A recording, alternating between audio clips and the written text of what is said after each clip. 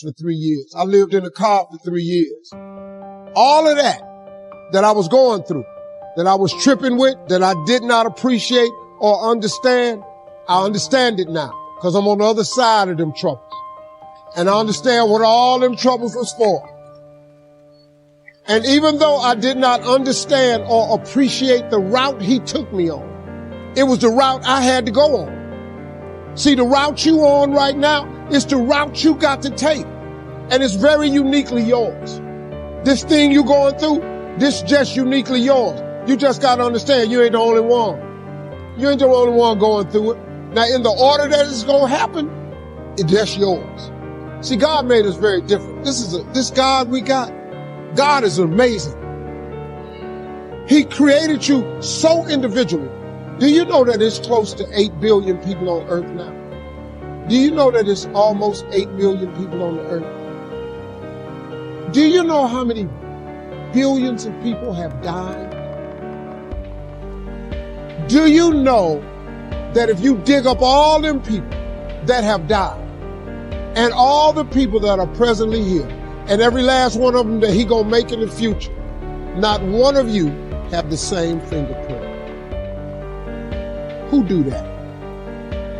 Who could possibly be so precise in his infinite wisdom that he created you so uniquely that ain't no two people got the same fingerprint? That's crazy, man. That's real crazy. 8 billion people, you can't duplicate it. The billions that done died, you can't duplicate it. And the ones that's coming will not duplicate it. God a bad boy, man. He's a bad boy. He's a bad dude, man. The first thing I believe you got to do to turn yourself around is really take control of your mind. Or specifically, you got to feed and strengthen the mind. The mind is an interesting place, isn't it? I mean, fear can take us over. Uncertainty kind of unleashes all these thoughts that make us start to believe very often that things will always be bad, that we'll never be able to turn it around, or that we don't have the capability. It's just the nature of those inner voices that everybody feels at times. Now, maybe you're not feeling it right now, but I'm sure there are times that you have. So to take control of your focus, what do? Well, I realized that somehow to take control of my mind, I had to feed it. That if I didn't feed my mind, I'd be living on the weeds that came around me. One of my first teachers, Jim Rohn, taught me something years ago. He said, Tony, every day you've got to stand guard at the door of your mind. My fastest way of combating that when I was first brand new, just trying to figure out what to do with my life, was to read. And I was poor. I was literally sleeping in my car, so I'm ancient enough to remember when there wasn't an internet and when I would go to the library. And I would go to that library and my whole goal was feed the mind. Feed the mind for at least an hour minimum a day, and sometimes more than that, where I would read somebody's biography. I'd read the story of somebody who went through some unbelievably difficult time and how they turned it around. And it gave me perspective. Or I'd read a book like As a Man Thinketh. If you haven't read it, it's worth reading again and again. You can read the book in about 20 minutes. Or I'd read Man's Search for Meaning. So reading, listening, feeding your mind is the first step to get out of that place of uncertainty and start to re-tap into your real ability to thrive in any environment. What's the second key? Well, number 2 is you got to feed and strengthen your body. As simple as that sounds, if you've been around any of my work at all, you know I believe physiology first. Sometimes even try to feed your mind. You can feed it, but those thoughts keep coming back. What's going to change that mind faster than anything else is a radical change in your body, a radical shift in your physiology. How do you do it? Well, think about this. When times are really uncertain, fear creeps in. What is fear? Fear is something quite physical. It takes a hold of you when it's really there and intense. We've all had that gut level fear, that dark night of the soul at times where it feels like, nothing's going to work. So how do you turn it around? Yeah, you feed your mind, but you also strengthen that body. When's the last time you really pushed yourself? You went on a run, a slight jog or a walk, but at the end, you pushed yourself for that last 2 minutes, 5 minutes, whatever it was, till you felt like your heart was pumping up, like you're going to spit out blood, where there was an intensity in you. What's the third key? Well, that third step is you got to get a role model that inspires you and really shows you the way. One of the biggest things that'll change you once you're mentally and physically strong is you need to believe. You need not just have a sense of certainty, but you got to believe that there is a pathway to get to where you want to be. Whatever it is you want to change, whether it be your body, your mind, your emotions, your finances, your relationship, you need a role model. And the fourth key now is you've got to get a proven plan, and you got to take massive action. Don't even worry about a proven plan. There are lots of role models. Hopefully they'll prove it to you, but get a plan. Do something. I tell people all the time, you just got to remember the power of massive action. So often in life, people don't begin the journey because they're not quite sure what to do or how to do it right or how to do it perfect. You want to change your body? Get yourself moving. Don't wait for the perfect trainer. Just go out there and move. Put on your shoes and move and get momentum. Just remember, progress equals happiness. If you can start to make progress, if you can get yourself going, even if it's not perfect, if it doesn't work, you know what to do. Just change your approach. If that doesn't work, change your approach. But if there's anything that'll shift your life, that'll get you to thrive in a difficult situation, is take some massive action. Try something else. Change it, try it, move it. Number 5, I think, is the most important of all. So just to remind you, first thing you got to do is feed and strengthen that mind. Read, listen, feed the mind. Take control of that focus. Stand guard at what other people are saying. Focus on what it is you're here to give, what you can control, what you can make happen. Number 2, feed and strengthen that body. Remember, fear, uncertainty, they're physical experiences. So the best way to deal with something physical is get physical. Change that body. Go lift some weights. Go for that run. Do something that's going to get you in that state. If you've been to our seminars, you know exactly what to do. But get that hour of power going, that 15 minutes to thrive, if you're familiar with that, to train your body and mind to be strong again. Number 3, make sure you put yourself in that position where you find a role model that's going to inspire you and show you that way. Maybe it's a contrasting role model. You think your life's so tough? Find somebody with tougher who's really turned it around. Or maybe it's just somebody who's really succeeded. You can now see there is a way. There's a way through. There's a way to make this happen, even in the toughest times. There's always a way. 4, make sure you get yourself into action. Get a plan. Take massive action. See, the disappointments come. Those are normal. That's part of life. But the question is, how do you handle it? How do you handle the coming winters and the disappointments and the downtimes? Well, you can't get rid of January by tearing it off the calendar. But here's what you can do. You can get stronger, you can get wiser, and you can get better. The winters won't change, but you can. And that's how life changes for you. See, before I understood when it was winter, I used to wish it was summer. I didn't understand. When it was hard, I used to wish it was easy. I didn't know. And then Mr. Shope gave me a part of his very unique philosophy when he said, "Don't wish it was easier, wish you were better." See, that triggered my whole life change. Don't wish for less problems, wish for more skills. Don't wish for less challenge, wish for more wisdom. That's the key. So that's lesson 1, learn how to handle the winters. Here's lesson 2. Learn how to take advantage of the spring. That's the second. Spring is called opportunity. And spring follows winter. What a great place for it. If you were going to put it somewhere, that'd be the place to put it, right after winter. See, opportunity always through winter. See, opportunity always comes.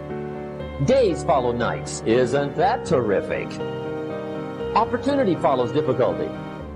But here's what you must learn to do. Underline these 2 words in that key phrase. Take advantage. Underline those 2.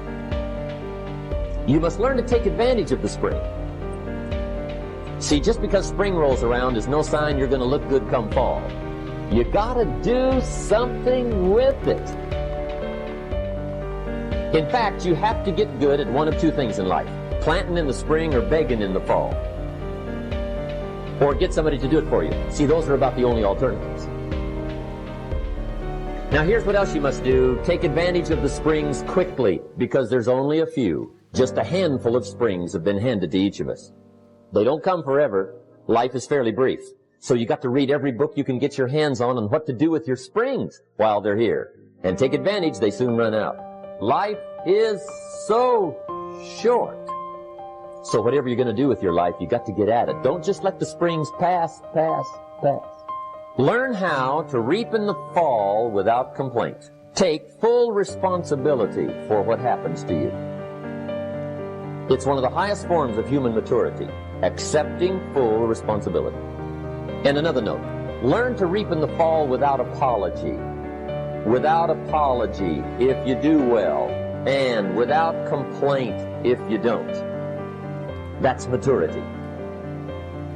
Now, what do you do during the hard times, Les? Here's what you must do. Number one is, you must have faith. Judge not according to appearances.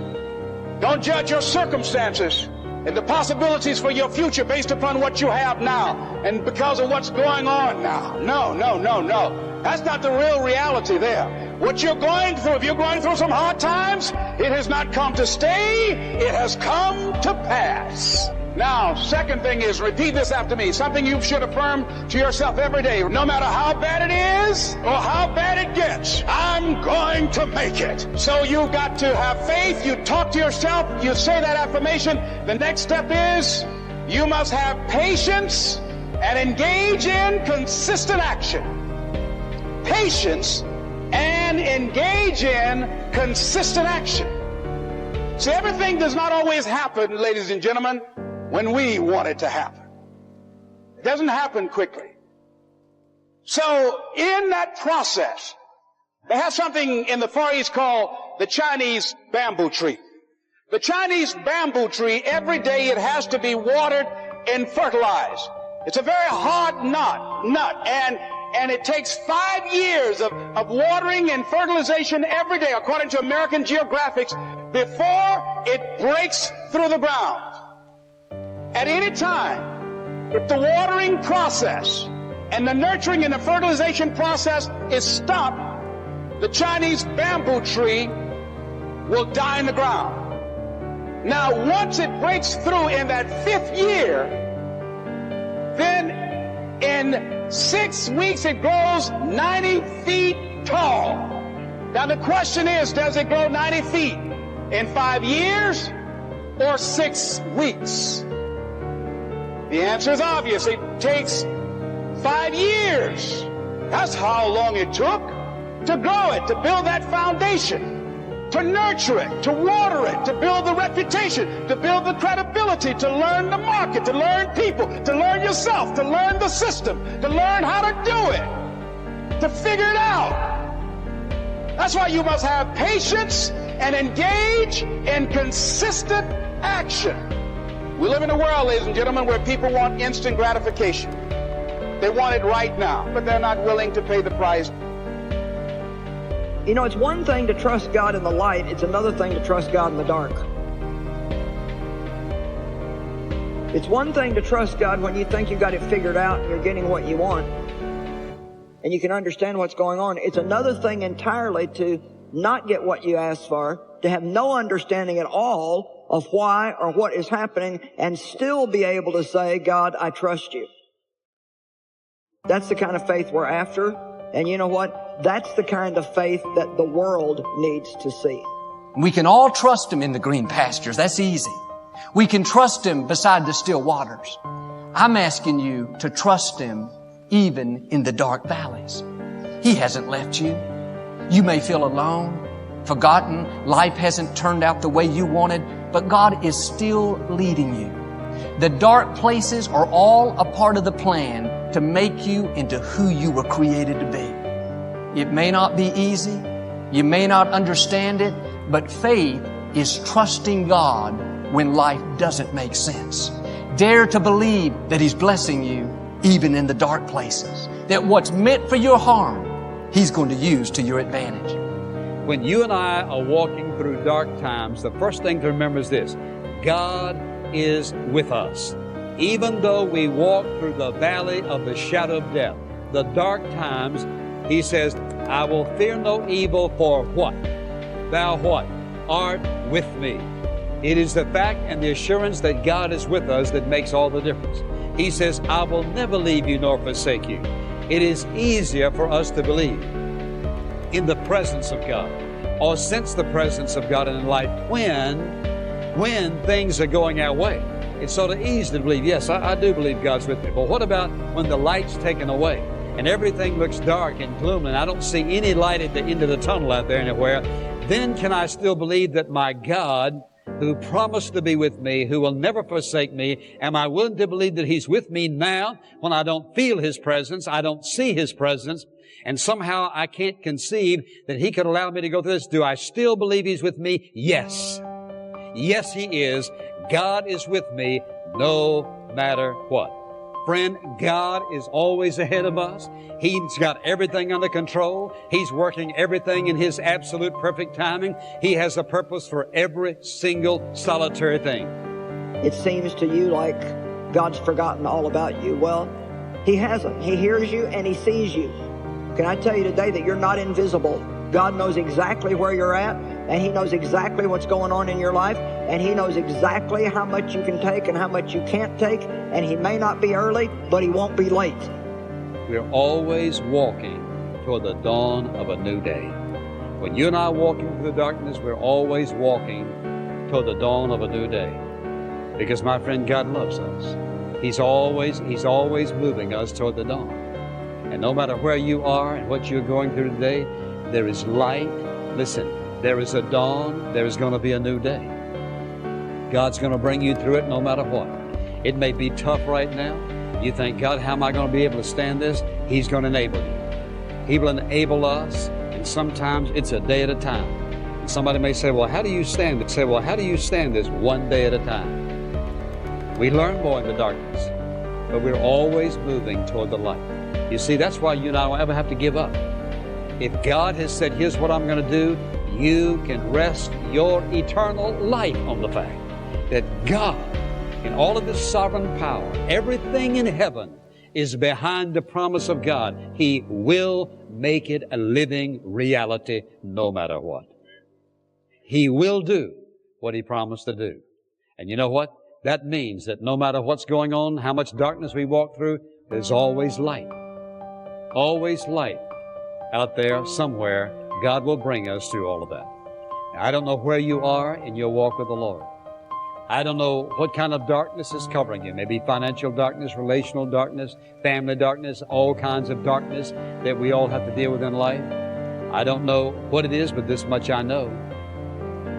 If you're a child of God, He's with you in it. He has a purpose. He's only going to allow you in that darkness to accomplish His purpose. When it's accomplished, He'll bring you out of it. If you will listen carefully and act wisely, you'll learn things in the darkness you're not going to learn any other way. There is a light.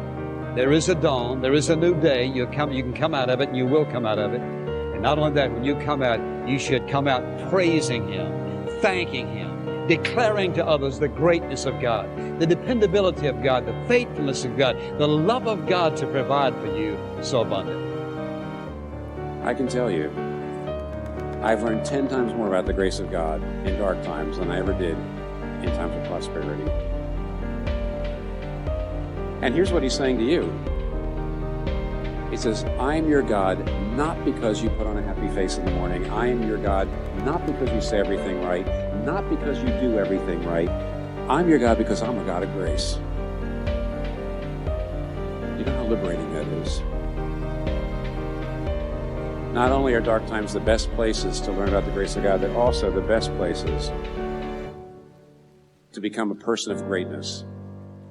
It'll turn you into a person of endurance, of stability, of strength, of greatness.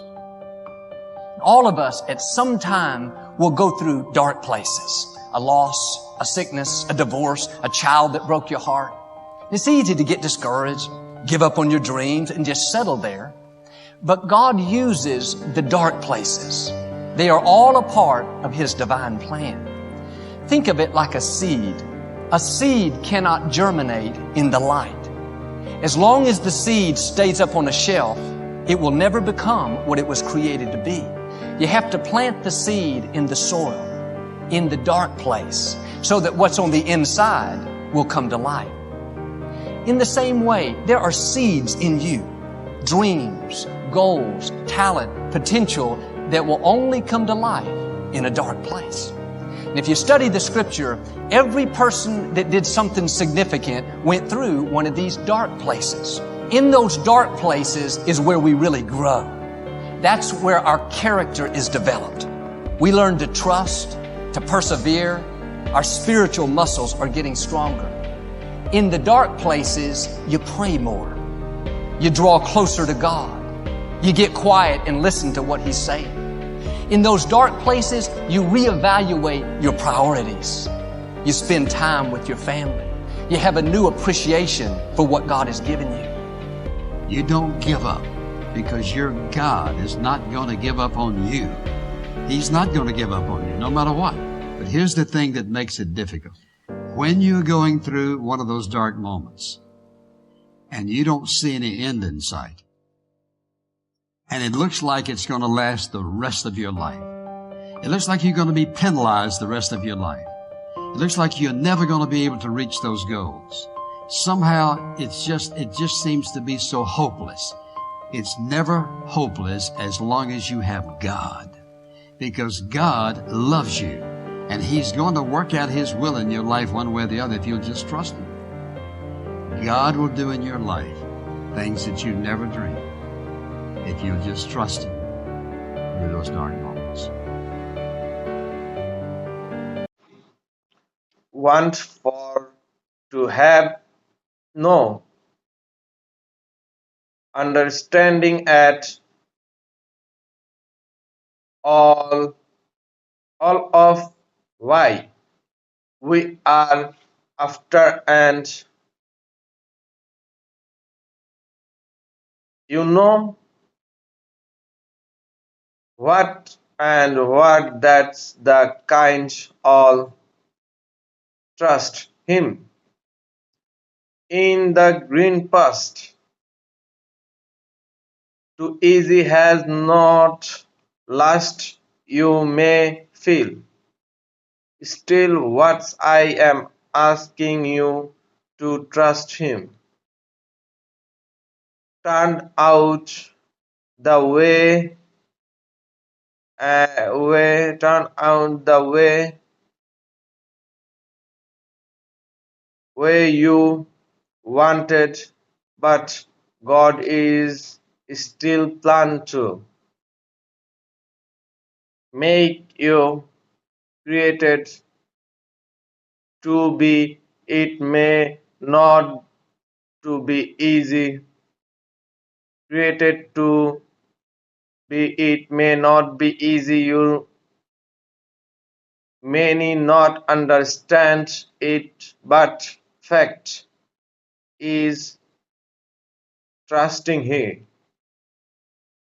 He believes you even in the dark place that you advanced when you and are walking thoughtfully of the shadow of death in the dark.